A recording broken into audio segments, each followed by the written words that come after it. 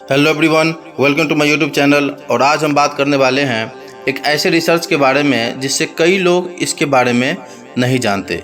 जी हाँ दोस्तों, एक समय की बात है, एक मुंबई में बहुत बड़ा यूनिवर्सिटी था जहाँ पे एक प्रोफेसर ने कुछ छात्रों को यह टास्क दिया कि आप लोग मुंबई के धारावी जो इलाका है जहाँ झोपड़पट्टी वाले लोग रहते हैं उनके वहाँ जाइए, रहिए और रिसर्च करिए कि वहाँ क्या कैसा माहौल है और वहाँ के बच्चे भविष्य में क्या बनेंगे। यह असाइनमेंट प्राप्त करने के बाद वहाँ से 100-150 के लगभग बच्चे जो हैं वो धारावी चले गए और उन्होंने वहाँ जाकर रिसर्च करना आरंभ किया। वह देखे कि वो लोग, वहाँ के लोग झोपड़पट्टी में रहते थे, वहाँ पे बड़े बड़े लोग दारू पीते थे, नशे करते थे और बहुत से गलत काम करते थे जिनसे उनको सज़ा मिलती थी और वो लोग जेल जाते थे। फिर उन्होंने 1 महीना, 2 महीना, 3 महीने वो लोग वहाँ पे रिसर्च किए। जब उन्होंने पूरा रिसर्च किया फिर वो प्रोफेसर के पास आए और उन्होंने प्रोफेसर से कहा कि सर हम लोग रिसर्च करके आए हैं। तब प्रोफेसर ने पूछा कि बताओ तुम लोगों को क्या मालूम पड़ा। तब उन्होंने बताया कि मैंने अपने अनुमानित यह बता सकता हूँ कि वहाँ पे जो 95% लोग हैं, जो भविष्य में जो बच्चे बड़े होंगे वो कोई ना कोई नशे पदार्थ करेंगे, जहरीली ड्रग्स लेंगे और या तो वो जेल जाएंगे, मतलब वो गलत रास्ते पे ही चलेंगे। केवल 5% लोग ऐसे हैं जो स्नेहता से अर्थात एक सही और सुखद जीवन व्यतीत करेंगे। तो यह जब असाइनमेंट ख़त्म हुआ तो सब लोगों ने इस असाइनमेंट को सहारा है। फिर कुछ समय बीता, 30-35 साल गुजर गए। जब वो प्रोफेसर रिटायर हो गए तब उन्होंने सोचा कि 30 साल पहले मेरे बच्चों ने जो रिसर्च किया था क्या वो सही है या गलत। इसका बात करने के लिए उन्होंने एक और बच्चों की टीम वापस वहां भेजी। जब वो टीम वहां गई तो वो टीम ने फिर 3 महीने रह के पूरा निरीक्षण किया कि आज से 30 साल पहले जो बच्चे यहाँ पे थे वो आज क्या कर रहे हैं। जब वो रिसर्च करके आए तब उनको पता चला कि यह तो केवल उल्टा है, अर्थात केवल 5% लोग ही ऐसे हैं जो गलत काम कर रहे हैं या नशीली पदार्थ ले रहे हैं या वो लोग जेल जा चुके हैं, वो भी कुछ समय के लिए। बाकी 95% लोग जो हैं वो अपने जीवन यापन कर रहे हैं और एक अच्छा इज्जतदार जीवन जी रहे हैं। जब ये बात प्रोफेसर को पता चली तब उनको संदेह हुआ कि ऐसा कैसे हो सकता है, क्योंकि मेरे बच्चे मुझे गलत रिपोर्ट या गलत परीक्षण नहीं दे सकते।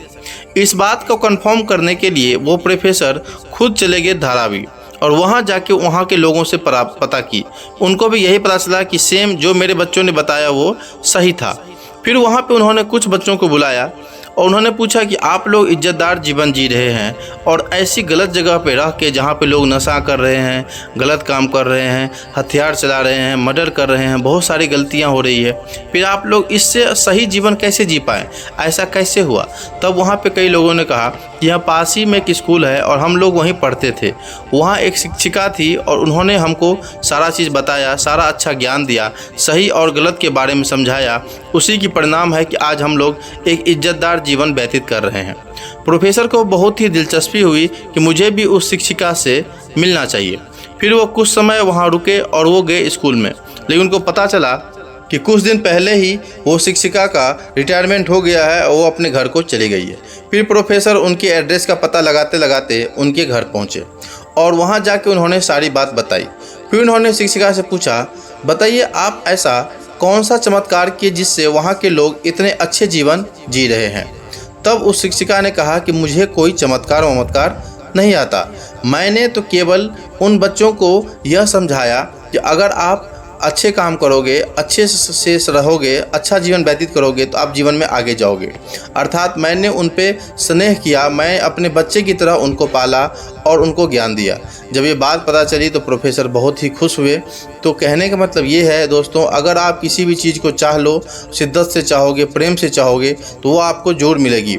अर्थात अगर मान लीजिए आपका कोई शत्रु है लेकिन उससे आप प्रेम से बात करेंगे, प्रेम से वार्तालाप करेंगे तो वो आपको समीप जरूर आएगा और वो शत्रु आपका दोस्त भी बन सकता है। कहने का मतलब ये है कि अगर मान लीजिए कि धारावाही में जो बच्चे हैं वहाँ पे जो गलत कारनामों के बीच रह के जब वो इतने आगे बढ़ सकते हैं और एक सही जीवन व्यतीत कर सकते हैं तो आप क्यों नहीं कर सकते हो, आप अपने लक्ष्य को क्यों नहीं प्राप्त कर सकते हो। इसलिए अगर आपको अपना लक्ष्य प्राप्त कर सकते हैं तो कहने का मतलब ये है कि अगर आप प्रेम से कोई भी काम करना चाहें तो वो आपको सफलता जरूर मिलेगी और आप भी कहीं भी कोई भी गलत जगह या सही जगह रहोगे फिर भी आप अच्छे कर्म करके, अच्छा प्राप्त करके, अच्छा जीवन यापन करके एक सही जीवन, एक सही लक्ष्य को प्राप्त कर सकते हैं। तो इससे हमको यही समझ में आता है कि हमको भी अपने जीवन में आगे बढ़ना चाहिए और एक सही काम पे ध्यान देना चाहिए। धन्यवाद।